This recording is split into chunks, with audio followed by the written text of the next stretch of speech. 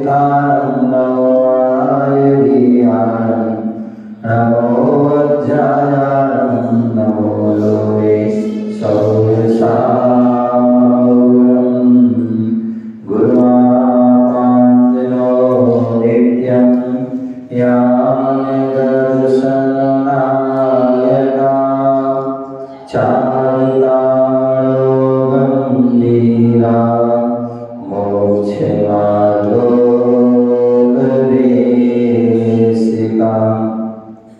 मोक्षमार्गोपदेशिका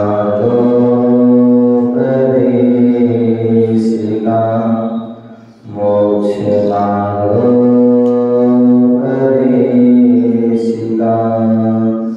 बोले अनंत सिद्ध परमेष्टि भगवान की सभी के दोनों हाथ ऊपर बोले आदि प्रभु आदि ब्रह्मा आदिनाथ भगवान की बोले चिंतामणि पारसनाथ भगवान की शास्त्रनाय भगवान महावीर स्वामी की परम पूज्य आचार्य भगवदेव व्यासदेव जी महाराज की परम पूज्य आचार्य कुंद व्यास की परम पूज्य भट्टाचार्य आचार्य श्री अहिंसा विश्व धर्म की क्षेत्रा समीर शिखर की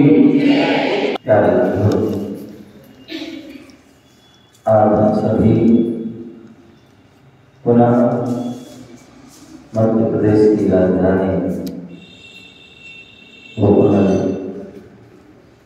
1100 महावीर विद्यालय में बैठे हुए हैं। भगवान महावीर स्वामी का शासन चल रहा है।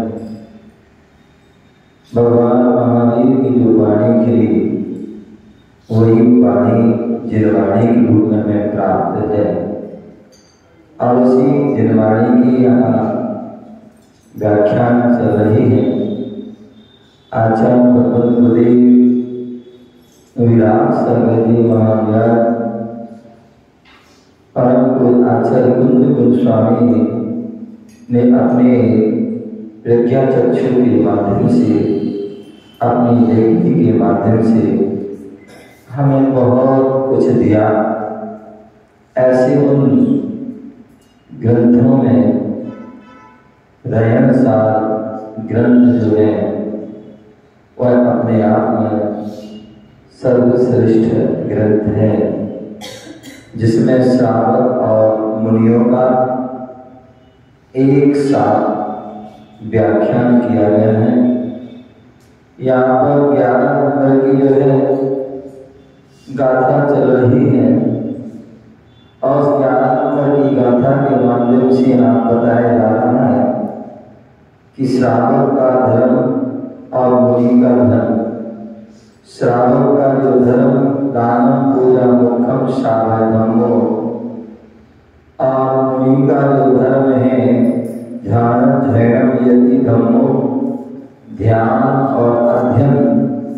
वह मुनियों का जो है धर्म है और उसी ध्यान का यहाँ वर्णन चल रहा है। गुरुदेव रत्नात्रय बद्री टीका के माध्यम से उस ध्यान के बारे में साफ विस्तार वर्णन चल रहा है। ध्यान जो प्रशस्त ध्यान के बारे में कल जाना था, बताया गया था कि प्रशस्त ध्यान क्या है। तो बोले जो शुभ उपयोग के कारण, जो शुभ उपयोग के जो कारण हैं तथा शुद्ध वेश्या के आसन से, और उन वेश्याओं के बारे में कल बताया था कि जो 6 वेश्या में जो 3 आदि की जो है वह अशुभ वेश्याएं हैं और अंत की जो 3 हैं वो शुभ वेश्या हैं। तो इसलिए आप बोले जो शुभ वेश्या है, शुद्ध वेश्या है, परम शुद्ध वेश्या है, ऐसे उनका जो है आचरण करने से और वस्तु स्वरूप का चिंतन करने से जो वस्तु स्वरूप का क्या स्वरूप है उसका चिंतन किया जाता है। और उसका हमने कल उदाहरण के माध्यम से जाना था कि वस्तु का स्वरूप क्या है। तो उसके अंदर जो जल, अग्नि, जीव, पुद्गल, इन सबके अपने अपने जो है स्वरूप हैं। उन स्वरूप के बारे में जाना था। पुद्गल का स्वरूप पूर्ण, जो पूर्ण होता है, बनता है, मिटता है, ऐसा वो पुद्गल होता है। जीव जिसमें चेतना आदि पाई जाती है, ऐसे वस्तु के स्वरूप का जो चिंतन किया जाता है और उससे जो उत्पन्न हुआ ध्यान, चिंतन के माध्यम से जो मन एकाग्र हुआ, वचन एकाग्र, तीनों एकाग्र हुए, वह ध्यान है। और वही ध्यान प्रशस्त ध्यान कहा जाता है। ऐसा हमने जो है कल जाना था। यहाँ पर जो है ज्ञानार्णव ग्रंथ के माध्यम से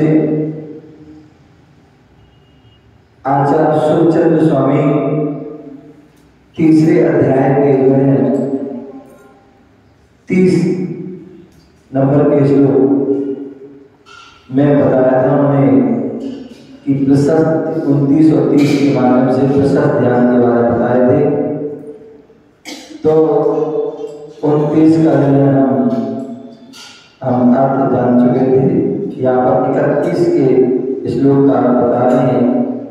क्षीणे रागादि संताने प्रसन्ने चांद्रात्मनि या स्वरूपो लभ्या सा शुद्धा प्रकीर्तिता। बोले जो रागादि, राग द्वेष आदि की परंपरा के नष्ट होने से, क्या जहां पर राग द्वेष आदि की परंपरा होने से जो है व्यक्ति क्या हो जाता है, अंतरात्मा। पूज्यपाद स्वामी जिन्होंने समाधि शतक ग्रंथ में जो है, जिसे हम समाधि तंत्र के नाम से भी जानते हैं, वहां पर जो है 3 प्रकार की आत्माओं का वर्णन किया। एक बहिरात्मा, एक अंतरात्मा और एक परमात्मा। संसार के जो है जो बहुतता से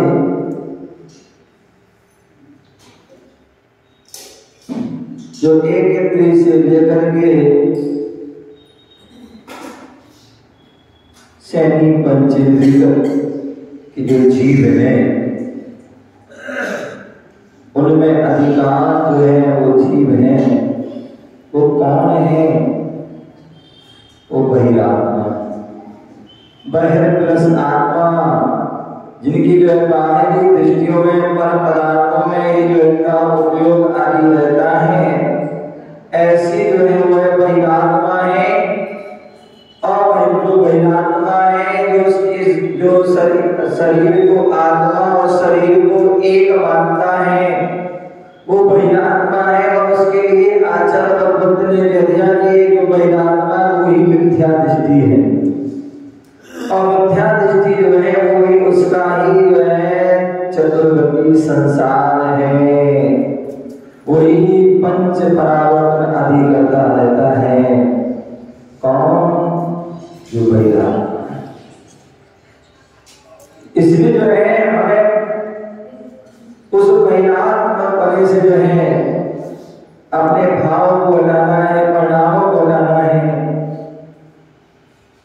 और वह तभी घटेगा जब हम एक अभ्यास करेंगे, प्रयास करेंगे, शुभ उपयोग की ओर अग्रसर होंगे, शुद्ध दृश्या की ओर अग्रसर होंगे, वस्तु स्वरूप का हम यहाँ चिंतन करेंगे, तभी वह हम जो है राग द्वेष आदि से हम बच पाएंगे। अन्यथा बोले आँख खुलती है हमारी, जब आँख खुलती है तब से राग द्वेष प्रारंभ हो जाता है, और जब तक जो है आँख मिचती नहीं है तब तक जो है वह राग द्वेष चलता रहता है। जन्म हुआ, राग द्वेष जन्म हो गया, और तब तक राग द्वेष चलता रहता है। और ये राग द्वेष जो है चल रहा है, उस राग द्वेष की परंपरा ही कैसी है? मथानी की तरह। कैसी है? मथानी की तरह है। जो पहले की अम्माएं होती थी, शकुंतला जी, पहले की जो अम्मा होती थी वो क्या करती मालूम है? दही को मथती थी, तो मथानी के माध्यम से क्या करती थी? मथती थी। आजकल तो बस मिक्सी का जमाना आ गया। ध्यान रखिए, जो आप मिक्सी में कर रहे हैं इसलिए जो है बीमारी का कारण हो रहा है, क्योंकि वो मिक्सी में जो आपने जो मथा वो मथानी मत हुआ, वो तो आपने दही को ही डुबो दिया है। जब उसमें से मथते थे या मथानी से, आप उसमें से मक्खन निकालते, फिर पानी डालते, फिर मक्खन निकालते, फिर पानी डालते, तब जो है मक्खन भी निकल आता था, प्योर मठा, जो हमारे लिए जो है जिसे वास्तविकता में छाछ कहा जाता है। आचार्य भगवंतों ने जो है भगवती आराधना आदि ग्रंथों में कहा है कि जब साधक संलेखना की ओर बढ़ता है तो वह उस मठा, उस छाछ का सेवन करता है, और वो छाछ नुकसान नहीं करती। अन्यथा यदि हम ये मिक्सी वाली छाछ पियोगे ना, तो एक दिन में आप जो है आपका पेट बच जाएगा, आपका गला चौक हो जाएगा, कुछ हो जाएगा, कुछ हो जाएगा। समझ गया? तो कहने का तात्पर्य कि जैसे जब पहले जो महिलाएं जो है क्या करती थी, मठा बांधती थी उसको, तो उससे क्या होता था? बहुत बड़ी तवेली होती थी, उसमें बहुत बड़ा डंडा होता था, उसमें जो है लकड़ी में जो है क्या करते, एक रस्सी खोलती थी और एक बंधती थी, एक खोलती थी दूसरी बंधती थी। ये जो है उसका होती थी। ऐसे ही राग द्वेष है, जैसे वहां एक रस्सी को जो है बंधे से जो है बंधती थी, ऐसे ही आकर भी जो है राग करोगे तो भी बंध को प्राप्त होगे, और द्वेष करोगे तो भी बंध को प्राप्त होगे, और दोनों से ही संसार है।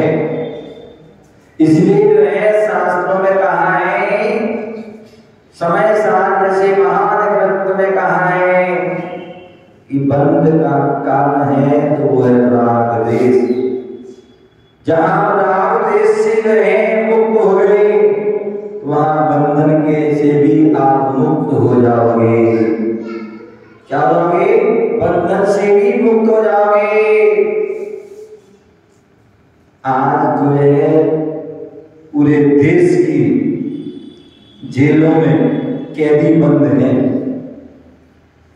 क्या? पूरे देश की जो है, देशों विदेशों की जो है जेलों में कैदी बंद हैं। वो किस कारण से बंद हैं? राग द्वेष के कारण वो बंधन को प्राप्त हो रहे हैं, सजा को प्राप्त हो रहे हैं। यहाँ तो सजा मिल ही रही है, और परलोक में भी समान जो है सजा मिलती है। तो इसलिए बोले राग द्वेष की जो है परंपरा नष्ट होने से ही जीव क्या होता है? अंतरात्मा। जब तक व्यक्ति राग द्वेष से युक्त है, वो तब तक वह जीव क्या है? तब तक वह जीव बहिरात्मा है, और बहिरात्मा है तो वह उसका जो ध्यान चल रहा है वो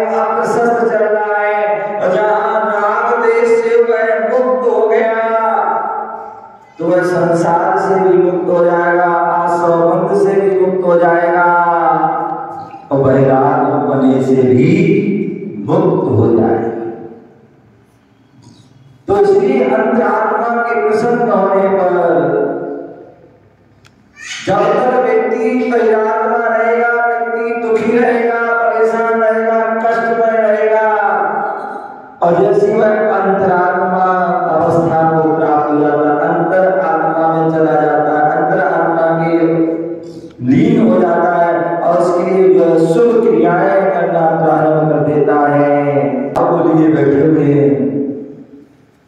श्रद्धा भक्ति से बैठे हुए हैं, प्रभु के दर्शन, गुरु के दर्शन और उनकी वाणी को हम स्मरण कर रहे हैं। हम कौन हैं? कौन है राजू भाई? कौन है हम? भगत भाई अभी ने क्या बोला? कौन सी आत्मा हो? अंतरात्मा। कौन सी आत्मा है?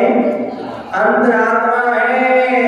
और महादेव मंदिर के बाहर खड़े होकर के बाहर खड़े हो, चर्चा कर रहे हो, बातें कर रहे हो, देश की बातें कर रहे हो, निंदा आलोचना कर रहे हो, अथवा पार्क में घूम रहे हो, मोबाइल चला रहे हो, टीवी आदि को जो है निहार रहे हो, बीवी को निहार रहे हो, परिवार को निहार रहे हो, दुकान फैक्ट्री आदि को जो है निहार रहे हो, अखबार आदि को निहार रहे हो, आदि आप जितने भी जो है कार्य कर रहे हो, उस समय आप क्या हो? क्या हो? वैराग्य हो। क्या हो? वैराग्य हो। हमारा अधिक से अधिक समय उस वैराग्य में चला जाता है। इसलिए बोले हमें उस वैराग्य जो है बुद्धि से हमें हट करके अंतरात्मा बुद्धि में जाना है, अपने अंदर में जाना है, और अंदर में जाओगे तभी आपको सुखद अनुभूति होगी, तभी आपकी कष्टों से मुक्ति होगी।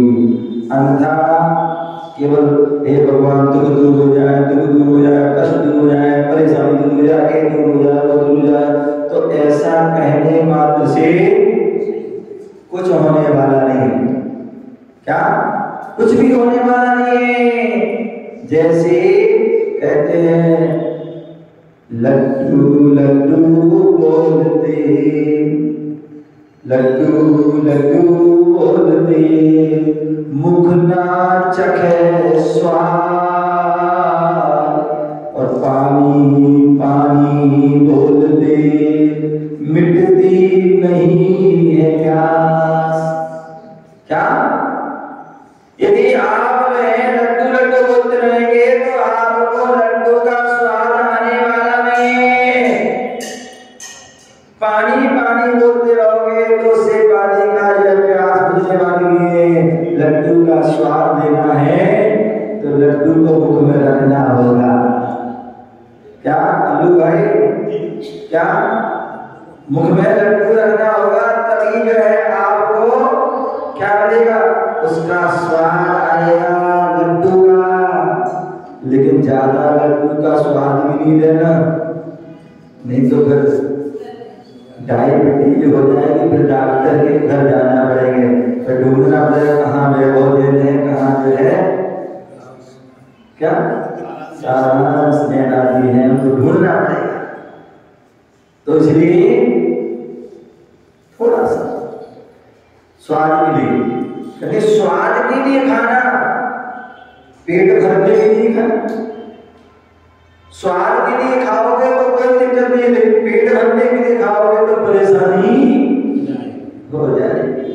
तो इसलिए हम बोले राग देश से हम जो है इसकी परंपरा को हम नष्ट करेंगे, इससे बचेंगे तो अंतरात्मा में पहुंच जाएंगे, और अंतरात्मा में पहुंचोगे तो आपकी जो है अंतरात्मा प्रसन्नता का अनुभव करेगी। आप मंदिर में आए हैं, भगवान की भाव से रहता है तो आपका मन प्रसन्न हो गया। पढ़ते ना वो कौन सी पंक्ति पढ़ते ना? अब भाग मेरो उदय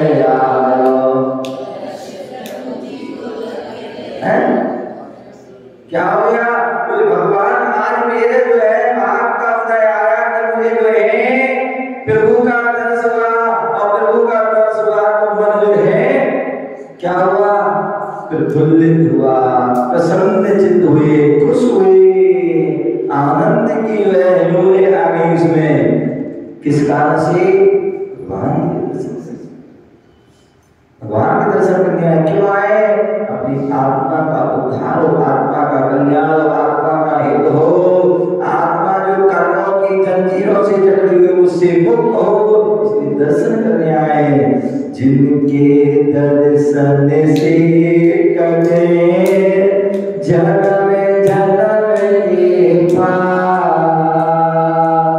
जिनकी पूजन से मिटे भव भव के संताप, भव भव के संताप, जिनका उज्जवल ध्यान है तीन भुवन में सार, ऐसे वीर जिन्हें को बंधु बारंबार, बंधु बारंबार। कितनी सुंदर बनते हैं। जिनके दर्शन से जन्म जन्म के पाप। जब हम भाव से भगवान के दर्शन करने आते हैं तो जन्मों जन्मों के पाप जो हमारे कर्म और दर्शनम स्वर्ग सोपानम, दर्शनम मोक्ष। कितनी सुंदर पंक्तियां हैं। दर्शनम देव देवस्य, हम जो है देवादि देव के दर्शन करते हैं। किसके दर्शन? किसके दर्शन? अन्य किसी के नहीं। ये तो पता नहीं आप सुबह सुबह के दर्शन कर लेते हो हैं? और आजकल तो सबसे पहले दर्शन होते हैं तो इसके क्या? जैसी नींद खुली आपको कुछ दिखे ना दिखे, लेकिन मोबाइल सबसे पहले दिखता है। किसका कॉल आया, किसका मैसेज आया, किसकी क्या आई है, सबसे पहले उससे हम अपडेट होते हैं। जब नींद खुलती है तो उससे अपडेट होती है, और जब नींद आप जो है आंख बंद करते तब भी इसको ध्यान रखिए। ये हमारी पद्धति नहीं है, परंपरा नहीं है। परंपरा तो ये है कि जो है आंख खुले, क्या आंख खुले तो हमारे उंगली अंगूठे जो है मोबाइल पे ना जाए। अभी तो मोबाइल को ना पकड़े, अभी तो हमारी जो उंगलियां जो है क्या हमारी हाथों की उंगलियां जो है इस पे जाए, वो कान मंत्र पे जाए, नाकी जो है मोबाइल पे जाए। मोबाइल पे जाएगी तो कर्मों का आश्रय बंद हो जाएगा, और नवो काल पे जाएंगे तो कर्मों का आश्रय जो है बंद संपन्न निर्जरा में बदल जाएगा। तो इसलिए जो है हमें क्या करना है? बोले हमें प्रसन्न होना है। तो हमारे जो है अंतरात्मा, अपनी आत्मा आंख खुले तो आत्मा का हित कैसे हो, उसकी विचार होना चाहिए, उसका चिंतन होना चाहिए। उसके लिए हमें जो है ध्यान आदि हो, तो इसलिए हमारा मन प्रसन्न। हम धर्म की क्रिया करते हैं तो मन प्रसन्न हो जाता है, गदगद हो जाता है। जिनके दर्शन से हमें क्या होता है? निज के दर्शन हो जाते हैं। भगवान के स्वरूप को देखते हैं, उनके स्वरूप को देख करके हमें अपने अंदर में भाव जाते हैं, भगवान हमें भी ऐसी बनना है। पढ़ते ना, भूसुतम निश्चल निष्काम ज्ञाता दृष्टा आत्मना।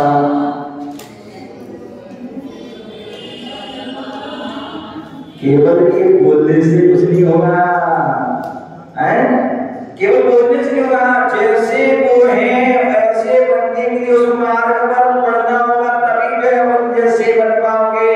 और खाते पीते सब कुछ करते हुए भोग विलासताओं में फंसे हुए, खुशियों में, कसायों में फंसे हुए, आदेश में फंसे हुए हो, और चाहोगे जो तुम हो मैं हूँ भगवान, तो ऐसा जो है कहने से कोई लाभ होने वाला नहीं है।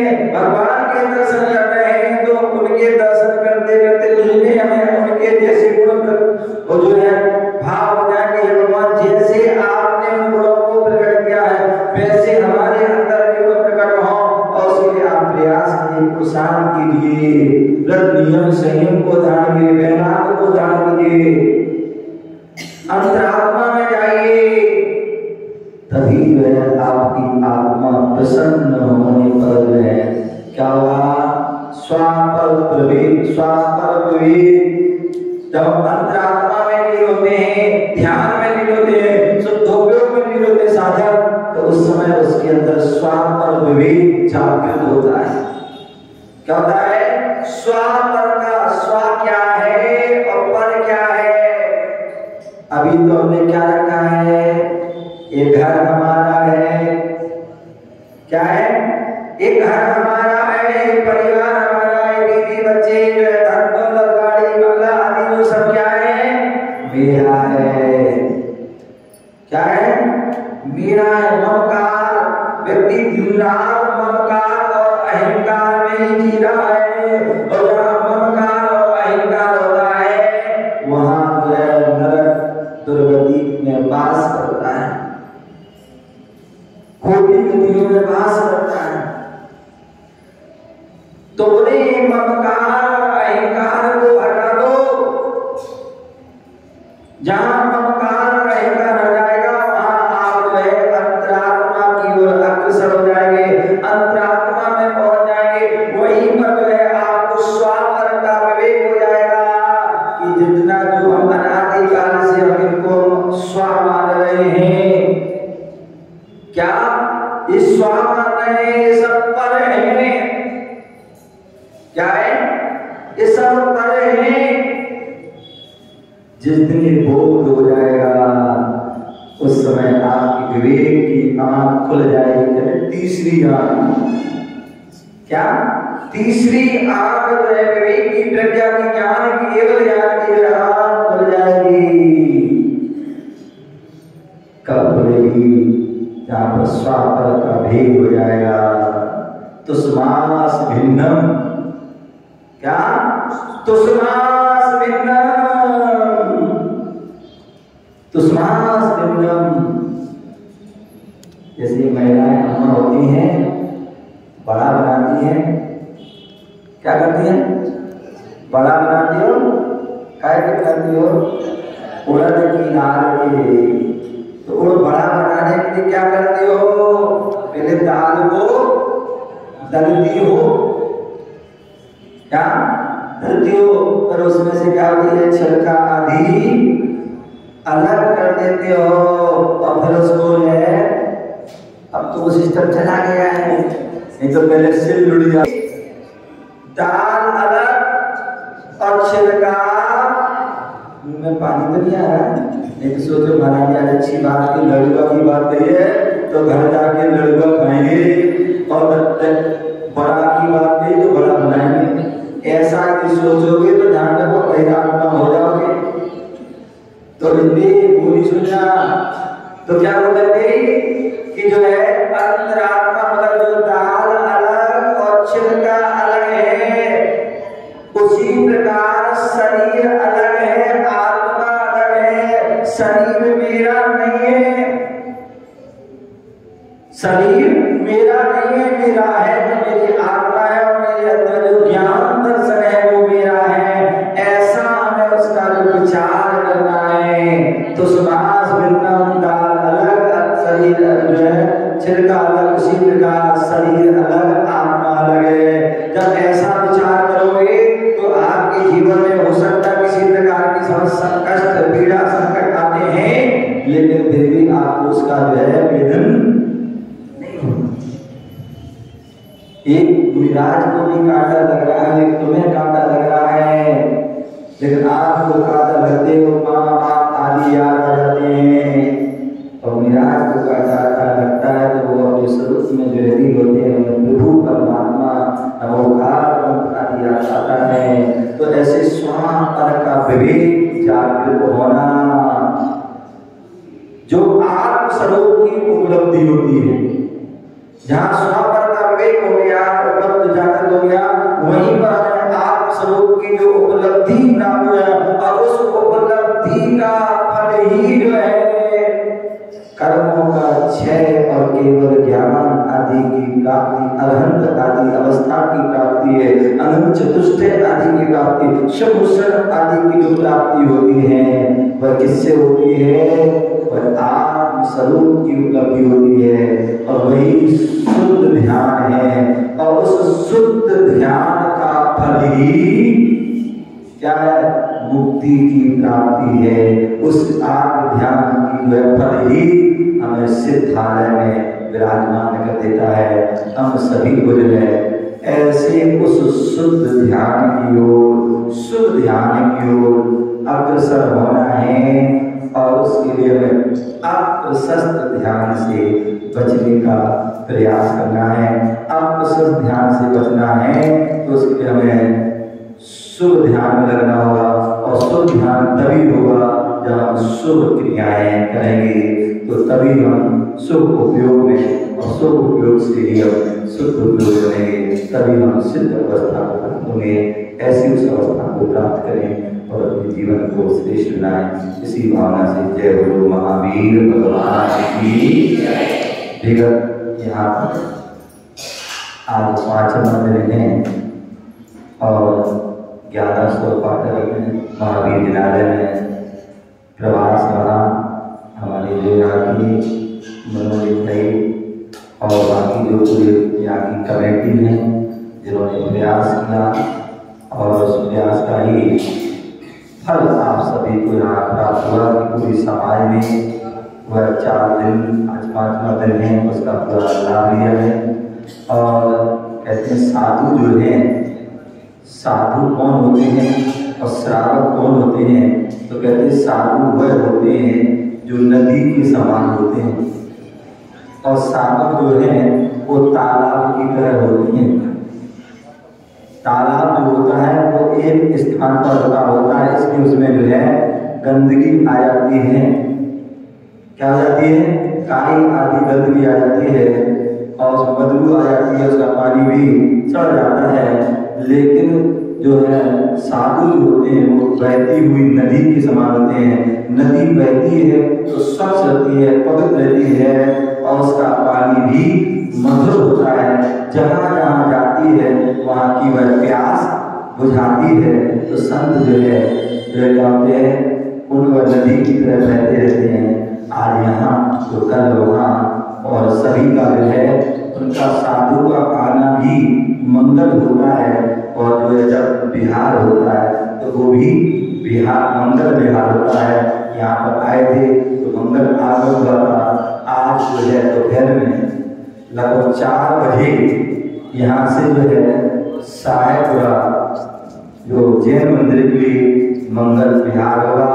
तो श्रावक अपने दायित्व अपने कर्तव्य को ध्यान में रखते हुए जब कोई साधु जाते हैं आते हैं तो वो बड़े सम्मान के साथ आते हैं और जब वो जाते हैं तो उनका बड़े जो है क्या उनको जो है बड़े भाव से सम्मान के साथ उनको हम विदा करते हैं। जैसे सामान्य का जो होता है ना, कोई आपके घर में मेहमान आते हैं तो क्या करते हैं, उनको हम लेने के लिए रेलवे स्टेशन जाते हैं, बस स्टैंड पे जाते हैं, अर्थात एयरपोर्ट पे जाते हैं। और जब जाते हैं तो उनको सीओ क्या करते हैं, सीओ करने जाते हैं। तो ऐसे ही जो है हम हमारे गुरुजन हैं तो उनके लिए भी हमारा एक कर्तव्य होता है। तो सभी ठीक जो है 4 बजे यहाँ पर आ जाएंगे और उस मंगल विहार समय करके साथ ही सब करेंगे। जय गुरु महावीर भगवान की।